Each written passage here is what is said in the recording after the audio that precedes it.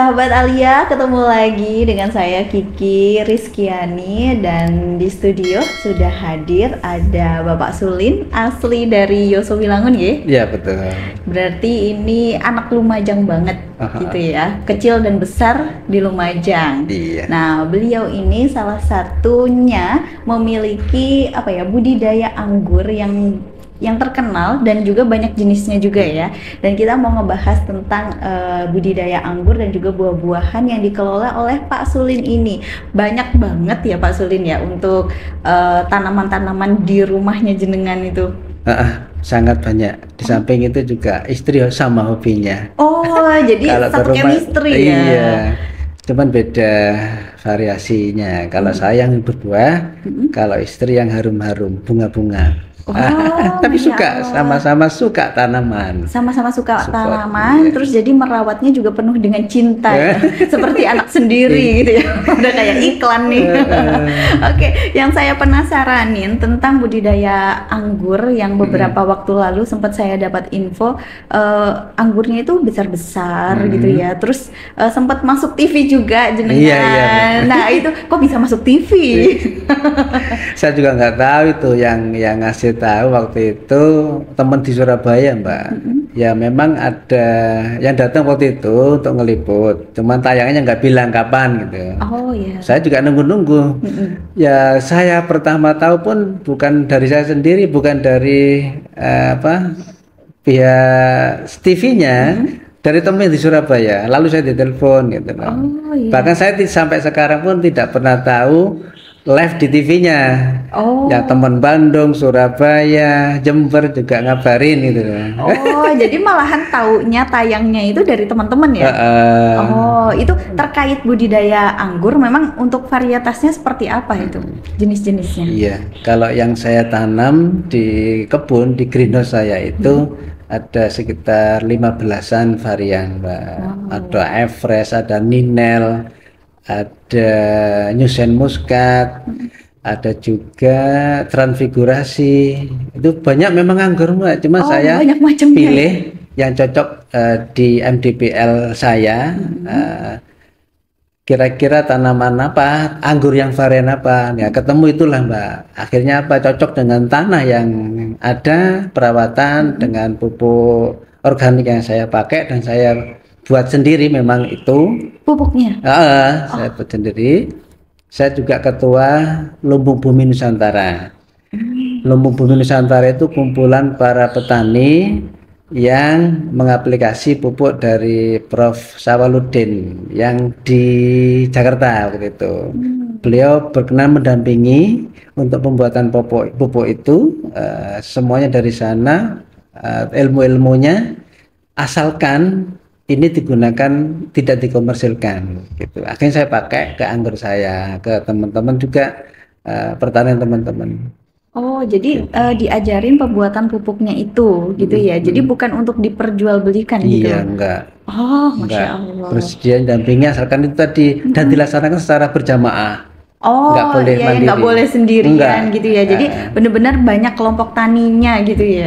Karena kelompok tani aja udah berapa orang gitu ya, Pak? Iya, banyak. Mulai dari mencari bahan, kan organik ya. Iya. Semuanya itu dari bahan alam. Mulai buah mojo yang besar itu, Mbak. Nah, itu dan lain-lainnya itu semuanya pada gerilya itu mencari di mana ada. Buah mojo masih ada ya sekarang? Masih ada, nggak banyak tapi. Masih ada, nggak banyak ya. Ya itulah.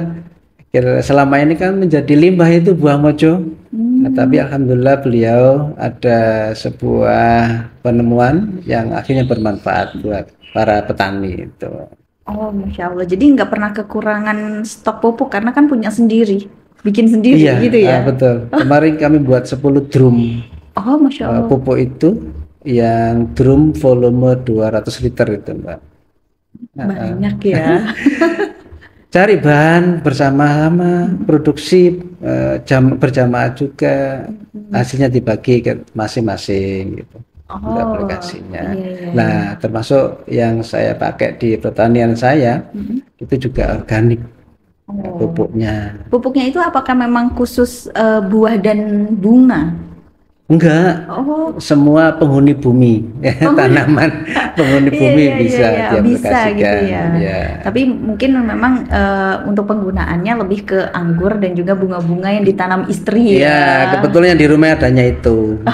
Iya. Terus berarti untuk anggurnya, jenis anggurnya ada 15 jenis ya Iya, yang satu ditanam. ini masih. Yang ditanam. Oke. Di green Jadi house. saya penasaran, ada katanya itu besar-besar gitu ya. Oh, seperti ini ya. Kalau ini jenisnya apa tuh, Pak? Ini arah 10 ini, Pak. Arah 10. Iya, Oh, baru ini- dengar saya. Variannya buahnya memang ratusan. Oh iya. Beliau waktu itu ke rumah lihat kebun. Ini posisi masih gradasi, belum matang. Itu masih hijau ke merah-merahan kan? Iya. Berarti kalau matangnya dia merah. ungu. merah gelap hitam. Oh iya iya iya iya. Oh, kalau Marun ini gelap. arah gitu. 10. Arah 10 ada Everest, Transfigurasi, Ninel, Jupiter juga ada. Jupiter itu Mbak, rasanya istimewa. Mix rasanya itu. Oh, ada seperti apa tuh? durennya, Ada ada duren? mintnya, ada apa yang merah itu kayak berry itu. Oh. Kekurangannya kecil-kecil, tapi enak nikmat di antara itu. Oh gitu. Ada lagi nggak nih videonya yang lain? Kalau ini kan arah 10 ya? Ya, arah 10. Arah Campur 10. sini Pak, ini ada 27 pohon yang di greenhouse ini. Oh iya. Yang bervariasi jenisnya tadi itu Mbak. Ada yang dari Ukraina, itu campur di situ. Oh, kalau untuk pembibitannya itu jenengan ngambilnya dari mana? Awalnya beli saya dari Rembang waktu itu, ada saudara.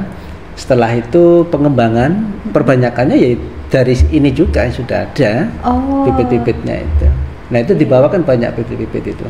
Iya. Nah. Oh, jadi untuk pembibitan sebenarnya ya dilakukan sendiri juga gitu ya, Ya. setelah dapat bibitnya dari luar gitu. Tapi ada nggak apa sih bahasanya ya kalau dalam pertanian itu antara jenis ini sama jenis ini dijadiin satu gitu? Oh enggak ada. Oh, nggak ada ya. Nggak Jadi ada. tetap dia sendiri-sendiri gitu Iya. ya jenisnya ya. Ini soalnya cukup besar juga gitu untuk ukuran anggurnya. Biasanya kalau saya tahu kan kalau misalkan di anggur-anggur yang ada di rumahan-rumahan itu biasanya kecil-kecil terus asem. Ya memang kebanyakan masyarakat kita punyanya itu ya. Tetapi itu bagus untuk jadikan rootstock Mbak atau batang bawah. Oh. Anggur itu sudah paham, kenal kehidupannya di iklim tropis termasuk di Indonesia. Nah nanti atasnya kita sambung dengan varian-varian ini. Oh. Akar itu sudah cocok dengan tanah, hanya saja buahnya kurang berkenan kita ya. Iya. Sampai kecil, asam. Iya. Nah kita ambil mata tunas ini antara 10 atau transfigurasi, potong sambung pucuk di situ, tumbuhnya sudah beda sudah. Tidak yang asam tadi. Jadi yang manis. Oh, Oh gitu. Iya iya. Kalau yang ini sama ya? ini Everest Mbak. Oh Everest. Merah, hitam, gelap ini kalau sudah matang banget. Ini berapa luasnya ini untuk tanaman anggur sendiri? Yang greenhouse ini kurang lebih 100 meteran lah ini Pak. Oh, 1 meter iya. persegi. Itu khusus anggur sendiri. Iya, Oh ini khusus yang udah anggur. mateng. Ini sebenarnya kurang masih 1 mingguan lah ini. Oh. Tuntasnya kurang 1 mingguan. Tapi sudah manis itu Mbak. Oh segini udah manis ya. Berarti ini Sudah. termasuk anggur yang manis ya? Iya. Meskipun maksudnya belum pas hari panennya sudah. gitu, tapi udah manis Iya. gitu ya. Kalau untuk bijinya, ada bijinya nggak? Ada bijinya Mbak. Oh, ada Kami tidak mau menghilangkan bijinya. Mm-mm. Sebenarnya ada kita pakai produk yang bisa menghilangkan Oh. di usia posisi bunga berbentuk brongkol. Nah, sebelum mekar itu kan berbentuk brokol kayak brokoli itu ya. Nah kita kasih pupuk tadi hormon, kita celupkan masing-masing itu di bunga-bunga itu tadi, nanti akan menghilangkan biji. Bijinya. Nah saya tidak mau medis katanya kurang bagus. Oh gitu. Iya, tapi kan Kasihan memang yang makan nanti Pak. Dolim. oh gitu ya. Bukannya tambah enak ya. Tapi sebenarnya ada nggak sih jenis anggur yang memang dia tanpa biji? Ada. Oh memang ada. Nah Ada. kalau yang itu baru nggak apa-apa ya. Dalam penelitian juga kemarin banyak di pasaran sekarang di pick up di outlet buah itu ya setelah penelitian nggak sehat juga kiriman dari luar itu. Oh gitu. Namanya SM ya, ada kepanjangannya cuma nggak saya sebutkan. Oh iya. Enak, besar. Iya, warnanya hijau. Iya, benar. Nah itu ya yang kita sukain karena kan nggak riuh, ada bijinya. Biasanya kan kalau yang ungu-ungu gitu, yang apalagi dulu zamannya COVID kalau nggak salah itu banyak banget kan anggur yang warna ungu yang dijual-jual sampai rak-raknya aja. Banyak itu sama raknya juga. Yang tadi Jena sampaikan kan sekarang drop harganya. Oh iya. Kalau dulu 90, sekarang 35 per kilo. Iya. Itu kenapa bisa gitu ya, Pak? Ya, perlakuan, Mbak. Perlakuan manusia untuk menghilangkan biji tadi, dan samping itu dalam proses penanaman pembuahan di sononya itu pakai bahan-bahan kimia. Oh iya, jadi enggak. Nah, pinginnya saya coba anggur itu diekspor, diimpor dari sono ya, sekian waktu kan, mungkin sampai 1 bulanan sampai sini, atau dipajang di outlet itu sampai 1 bulan. Kalau masih seger, bugar gitu kan. Padahal Mbak, kalau anggur ini Anda petik pagi, sore itu sudah lemes Mbak. Udah kayak layu gitu sebenarnya. Iya, berarti sebenarnya anggur juga nggak tahan lama ya? Iya, buah nggak tahan. Nggak seperti yang dijual-jual yang dipasarkan gitu. Iya, kita khawatir. Pasti ada pengawet lah, cara pengawetnya. Jadi ini edukasi juga sih sebenarnya ya untuk yang menonton gitu ya. Sebenarnya kalau buah pun juga nggak ada yang seger sampai lama gitu. Termasuk yang anggurnya jenengan ini. Berarti baru petik ini langsung dimakan aja gitu ya, bagusnya seperti itu. Gak usah dipetik pun bisa itu, langsung ambil kursi gigit pohonnya kan bisa itu. Iya. Itu kan saya setting 180 cm itu ketinggian sesuai perawat. Bisa ditinggikan, bisa diturunkan ketinggian para-para. Para-para itu apa ya? Yang paranya. Paranya itu sesuai ketinggian yang punya, yang merawat. Jadi kalau yang pendek ya jangan 180 lah, nanti tenaganya cepet capek pada saat perawatan pruning. Itu kalau itu masih bisa kita gigit langsung di tangkainya. Iya sih ya. Kalau orang tinggi 170, 165 masih bisa, tanpa dipetik pun tidak apa-apa. Iya. Nah ini teman-teman pada saat musim matang gini banyak yang ke tempat itu. Biasalah kekinian selfie petik itu kan. Itu padahal sudah ada di otak saya pengen ke sana ya, pengennya selfie sama anggur gitu. Saat ini sudah usia pembuahan kurang lebih 30 hari. Nah, sudah saya bungkus. Nanti berarti kurang lebih 1 bulan lagi sudah petik itu. Emang berapa lama? Itu. 85 harian. 85 hari. Lihat tiap harian beda itu Mbak. Usia matangnya tuh beda-beda. Ada yang cuma 80, ada yang 75, ada yang 85, ada yang 90 hari. Jadi pemilik anggur ini harus paham juga, nggak tahu padahal itu 90 hari di usia 75 udah dipetik asam kan. Karena memang belum waktunya. Gitu. Berarti jenengan ya termasuk hafal juga ya, ada 15 jenis anggur yang ditanam. Terus kemudian beberapa jenis ini juga kan untuk masa tanamnya juga berbeda-beda gitu ya. Dan memang sudah hafal ya, ini jenisnya ini jenisnya ini gitu. Kalau saya kan melihat semuanya anggur. Kalau sudah berbuah apalagi itu sudah bisa dilihat. Itu ada yang lonjong hitam, itu kan ada gosvi di pot itu. Mungkin di beberapa video ada itu. Gosvi hitam lonjong, Pak. Nah, itu Pak tahu sudah. Tanpa melihat nemtek di pohonnya kan tak kasih tuh nama masing-masing. Itu sambil lihat buahnya, modelnya, daunnya pun kelihatan. Dari daunnya juga berbeda ya. Beda. Ini nama anggur kira-kira ini gitu. Iya. Kalau sudah itu awal mulanya Pak Sulin ini bisa budidaya anggur itu awalnya tuh dari mana? Ketertarikannya kepada anggur dan juga ya buah-buahan, bunga juga.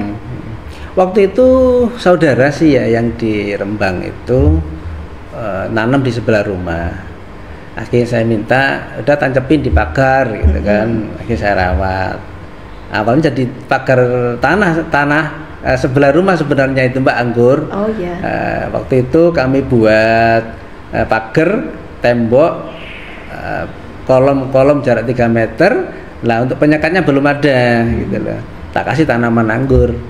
Bermula dari situlah saya ternyata kok enak ya, indah dan menyenangkan gitu. Akhirnya saya duplikasi menjadi greenhouse. Kalau awalnya enggak pakai greenhouse. Awalnya cuma ya untuk di rumah aja gitu ya, tanaman, kita punya tanaman anggur, kita punya tanaman ini gitu ya, hanya sekedar itu aja. Iya. Cuma itu 2 batang kayak 3 batang waktu itu. Oh, itu dan di pagar itu menghasilkan buah yang manis. Makanya saya seneng, perbanyakkanlah itu. Oh iya. Tapi kalau untuk yang jenengan sudah tanam itu dipasarkan ke mana aja? Kalau selama ini ke teman-teman aja udah kewalahan sih Mbak, kurang buahnya ya. Oh, kurang buahnya ya. Berarti lahannya harus lebih besar lagi. Mimpi saya nanti akan saya duplikasi ke yang luas lagi. Di situ di dalam ruang halaman pekarangan itu ada titik spot yang menjadi sebuah edukasi wisata. Saat ini sudah kami rintis sih, sudah kami plot-plotkan, mulai integrasi nanti ya. Saya melihat anak-anak kita mulai PAUD, TK, SD, SMP, bahkan perguruan tinggi pun edukasinya kan ke pertanian, peternakan, perikanan, itu lebih kan seru.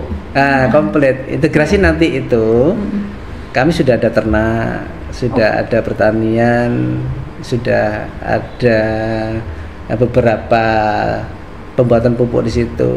Nah, tinggal eksekusi lagi yang lebih besar lagi, Mbak. Sudah di situ ada lahan sekitar 1,5 hektar yang kami munculkan, nanti salah satunya ada anggur di situ. Oh gitu. Iya. Jadi nanti ini anggur ini selain di sini juga ada di tempat edukasi nantinya gitu betul. Ya. Wajib ada anggur. Wajib ada anggur dari semua jenis anggur juga gitu ya. Ada di kita nanti biar bisa memahami pertanian, beberapa pohon, jenis pohon, gimana cara bertani, gimana cara beternak, gimana cara perawatan gitu nanti. Jadi sebelum dia menyayangi temannya, menyayangi tanamannya dulu, biar disuruh ngerawat dulu gitu ya. Nanti kalau dia udah bisa ngerawat tanaman, dia udah punya rasa sayang gitu, berarti nanti sama temen-temennya aman gitu ya, nggak berantem gitu. Biasanya kan kalau anak-anak kan senengannya berantem gitu ya. Asik berantem. Nanti anak-anak itu dalam konsep kami di akhir acara edukasi nanti ada disediakan kolam untuk tangkap ikan, biar nangkap sendiri gitu. Iya, biar nangkap sendiri. Yang karena mungkin di rumahnya deman-eman ya, anaknya nyemplung kolam. Empang. Kalau di sana justru malahan disediakan. Iya. Begitu. Saya pernah kemarin itu dibanding ke Wonosobo, sana Jawa Tengah, tentang itu. Di situ ada temen yang punya seperti itu. Artinya ada konsultan pembimbing nanti. Gitu. Jadi seru gitu ya. Seru, biasanya kan jangan takutnya kegigit ikan gitu ya. Takutnya apa gitu. Kalau di situ justru disuruh nyemplung sekalian nggak apa-apa gitu ya. Siapa yang bisa nangkep ikan banyak gitu ya. Tangkap pulang sudah nggak apa-apa. Oh gitu. Kalau yang dewasa gimana? Ibu-ibunya maksudnya yang nganterin. Di situ nanti kami ajarkan cara budidayanya sudah kalau sudah dewasa. Gimana memanfaatkan pekarangan rumah misalkan. Gimana yang dalam perumahan itu untuk manfaat mendesain lahan sempit menjadi fungsi gitu. Yang sekarang kita banyak tahu memang perumahan itu kan sekarang udah dempet-dempet dan lahan-lahannya juga semuanya kecil. Hanya cuma berapa meter, misalkan cuma 3 meter gitu kan. Nah itu biasanya kan akhirnya bingung dengan ada alasan untuk nggak bisa deh kita nanam-nanam gitu. Nanti kita cari di situ. Pada saat pembuahan itu kan harus dipruning ya. Nanti batang primer, sekunder. Sekundernya itu harus digundulin. Nah, pada saat digundulin kita kan nunggu pembungaan, pembuahannya anggur. Kan kosong tuh. Iya. Panas juga kan bawahnya. Kami inovasikan tumpang sari dengan melon waktu itu, sistem vertigasi tetes. Jadi yang melon ya, tadi coba. Yang ada di bawah-bawahnya, yang karung-karung itu ya. Iya, polybag itu. Polybag ya. Iya, polybag. Iya, warnanya putih soalnya. Nah, ini berarti ini melon ya. Ini melon pun banyak namanya ini. Kemarin saya tanam sweetnet, intanon, lavender juga ada di situ. Nah, asik. Iya. Hijau. Iya sih. Seger, apalagi sore gitu, Mbak. Ada meja kopi di sebelah itu, Mbak. Wah. tambah enak banget. Nah, itu gitu batang anggur kan, kalau lihat ke atas kan masih ada batang sekundernya ya, dari batang anggur itu. Lagi bertunas juga. Kejar-kejaran tuh. Anggurnya mulai bertunas, ya tuh, mau pembuahan. Yang melon juga sama, musim bunga dan juga menjadi buah. Itu kejar-kejaran. Oh, jadi ini pas panennya barengan nggak? Duluan melonnya. Oh, kalau melon itu masa tanamnya berapa? Melon 75 hari udah panen. Dari tanam. Oh, cepet ya? Cepet. Di 60, 75 sudah petik. Sudah petik. Oh iya. Jadi kayak double ya. Bisa panen anggur sama panen melon. Nah, gitu. Iya. Kalau untuk melonnya sendiri apa memang sudah dipasarkan juga? Oh enggak, Mbak, itu teman-teman di dalam desa itu aja udah habis itu. Oh. Jadi enak banget yang jadi tetangganya Pak Sulkin. Perdana saya gratiskan kemarin. Iya. Buah anggurnya juga sama. Oh iya. Buat nyicip-nyicip gitu ya. Iya, dan harapan saya juga menarik buat lingkungan biar tahu rasanya. Kalau udah tahu rasanya berkenan untuk budidaya juga. Kalau misalkan menjadi desa anggur itu kan cakep ya. Iya, benar. Kampung anggur gitu kan cakep. Iya. Sudah bisa membantu ekonomi juga. Iya. Tapi kembali lagi nih ke yang tadi banyaknya perumahan yang nggak ada lahannya gitu ya. Jadi sebenarnya bisa nggak sih di lahan sempit terus kita bisa menanam anggur, melon atau yang lainnya? Kemarin ada teman yang bawa bibit dari rumah berlima ya. Konsultasi terus sama saya dan saya kunjungin rumahnya itu menghadap ke utara, jadi tanamnya itu di timurnya rumah. Sistemnya ditanam, kalau ini sistem para-para yang tadi itu, anggur itu bisa bervariasi, ada sistem tralis, Mbak. Tralis itu enggak harus para-para begini, monjong gitu enggak, tralis itu bisa begini. Ini tangkai primer ya, tanaman ya. Nah, begitu jarak 3 meter ada gini besi ya. Nanti di jalan ke sana ada lagi. Nah, anggur itu pembuahannya kan di batang tersier ya. Kalau bahasa anggur itu ada 3 nama. Yang tanam ke tanah berdiri itu istilahnya primer. Ya, lalu dirobohkan untuk ketemu besi yang sana itu namanya sekunder. Di atasnya sekunder ini muncul tunas baru namanya tersier. Pembuahannya tersier itu nanti kita buatkan miring gini, kanan kiri. Nah, itu tersier, buahnya di tersier nanti. Pada saat buah itu kelihatan dari sini tuh samping buah terus kan miring gitu, gandul-gandul gitu, bergantungan. Nah, itu. Atau lurus juga sama nggak apa-apa. Tembok ya sebelah timur itu ditanamin anggur yang penanamannya berdiri gini. Primer, sekunder, memanjang, nanti tersier berdirikan lurus, nggak miring nggak apa, karena lahannya sempit ya.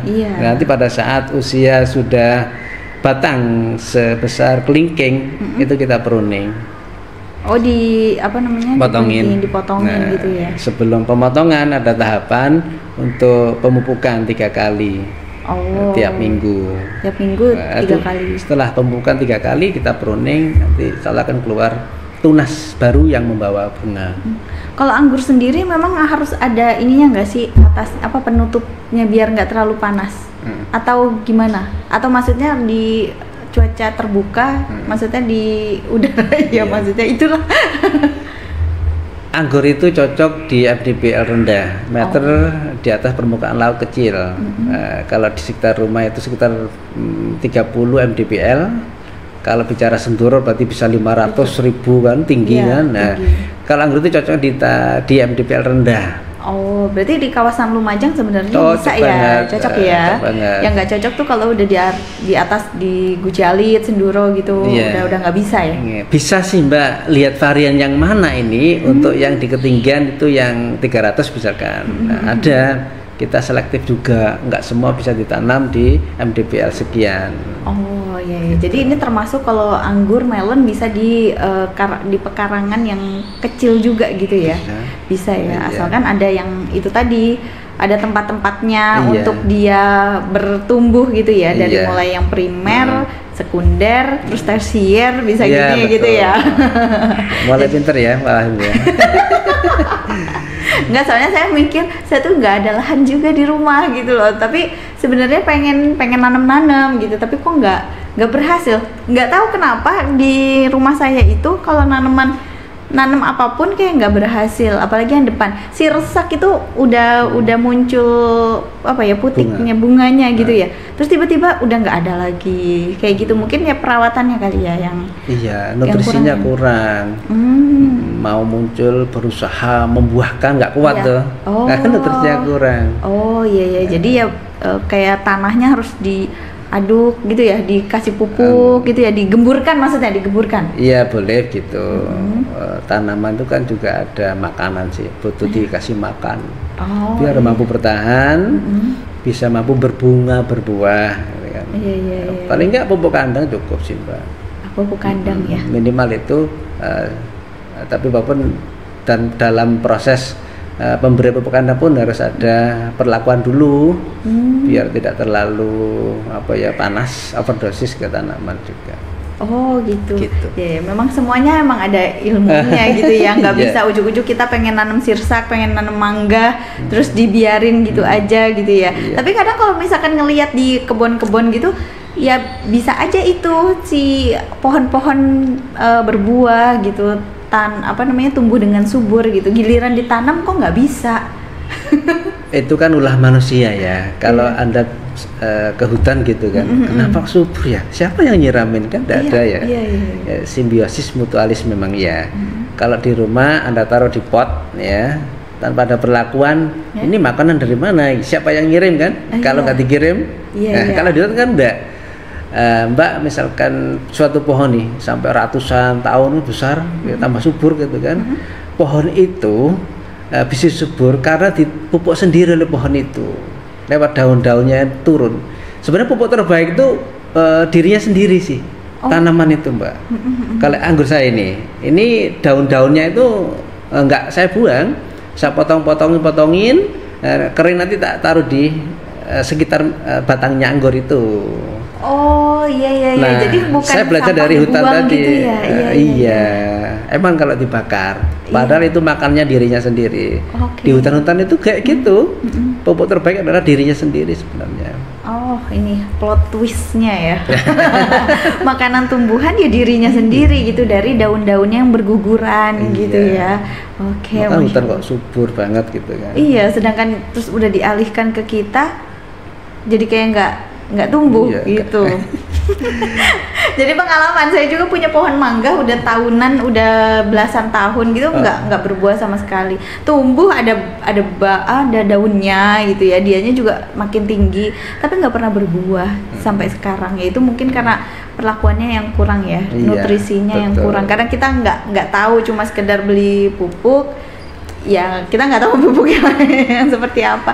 Kalau dari tanamannya Pak Sulin sendiri ini kan udah jelas-jelas alami gitu ya, dari pupuk apa tadi, buah mojo ya? Buah salah satunya itu juga. Itu jadi semua tanaman-tanamannya Pak Sulin semuanya pupuk sendiri. Iya, buatan sendiri. Masya Allah. Kita nyimbangkan gimana nitrogen, fosfat, kaliumnya itu imbang, dan tahu kalau dari bahan ini berapa gitu. Nah contohnya tadi kalau mbaknya berbunga tapi nggak jadi gitu kan, gerak gitu kan. Nah itu kalium sudah ada, tapi untuk perekat buahnya kan belum dikasih. Airnya juga kurang, akhirnya lepas dari tangkai bunganya, nggak jadi buah wis. Oh iya, wah saya harus banyak belajar ya sama Pak Sulin ya. Ini Pak Sulin untuk belajar tentang budidaya bunga dan juga buah. Oh ini jenisnya beda lagi ya?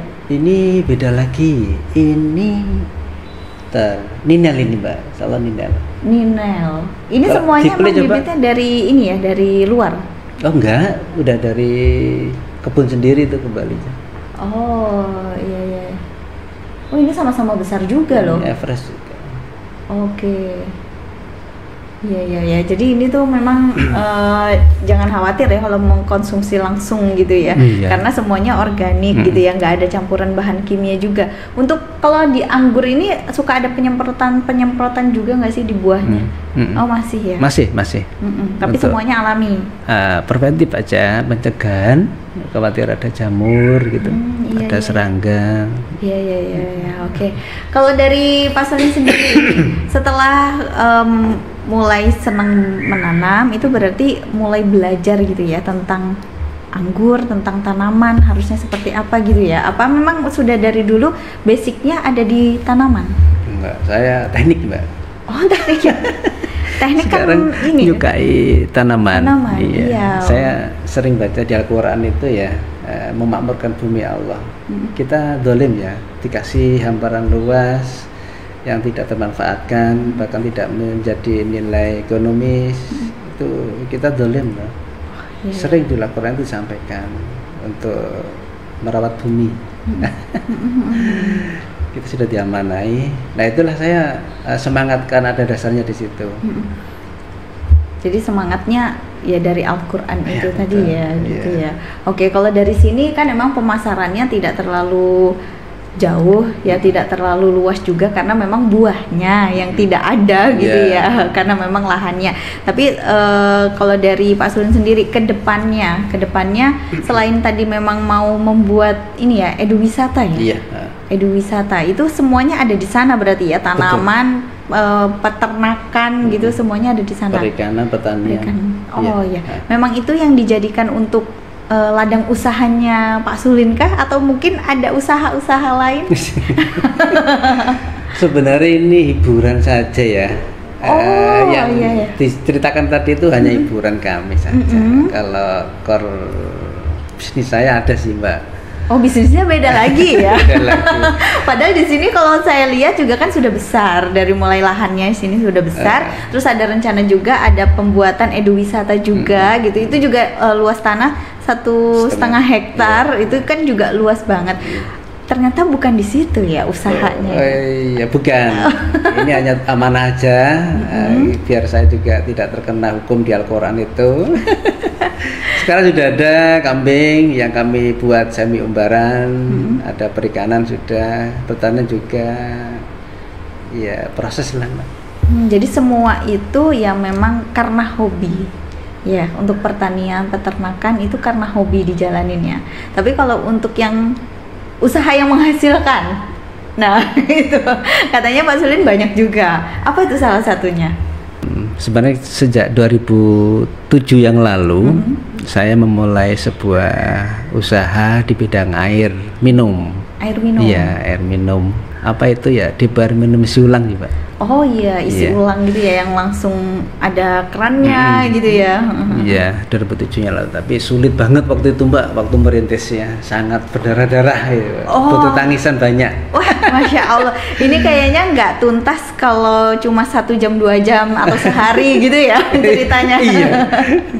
Karena kan itu tadi yang saya dengar berdarah-darah, banyak, bener-bener berarti dari bawah gitu ya. Berarti jenengan ini ya termasuk perintis bukan pewaris. Oh enggak ada privilege dari kami Mbak. Oh enggak ada privilege ya. Oke, jadi mungkin next ya Pak Sulin mampir ke sini lagi, kita cerita tentang usaha yang utamanya ini. Gitu, kalau ini kan hanya sekedar hobi sebenarnya gitu kan ya. Terus untuk bermanfaat untuk umat gitu ya, bermanfaat untuk semuanya supaya nanti lahannya Pak Sulin ini dijadikan apa, nanti ditanyain sama Allah gitu ya. Iya. Nah kalau untuk yang usaha, nah ini kan ada jiwa-jiwa entrepreneur juga gitu ya, yang bisa kita bagikan juga kepada sahabat Aliyah itu yang penasaran, bikin kita penasaran maksudnya. Jadi Pak Sulin bisa mampir ke sini lagi, Pak Sulin. Siap. Kita cerita-cerita lagi tentang usaha, dunia usaha itu seperti apa. Apalagi ini Pak Sulin tadi udah di spill nggak ada privilege apa-apa ya dari orang tua gitu ya. Bener-bener dari nol, dari nol, dari minus Mbak, bukan dari ini. dari minus sahabat gitu. Aliyah. Pasti penasaran kan. Oke, kita tunggu waktunya Pak Sulin lagi, jika berkenan mampir ke sini lagi, kita ngobrol-ngobrol tentang usaha ya. Iya. Terima kasih Pak Gitu Sulin. ya. Sama-sama Mbak.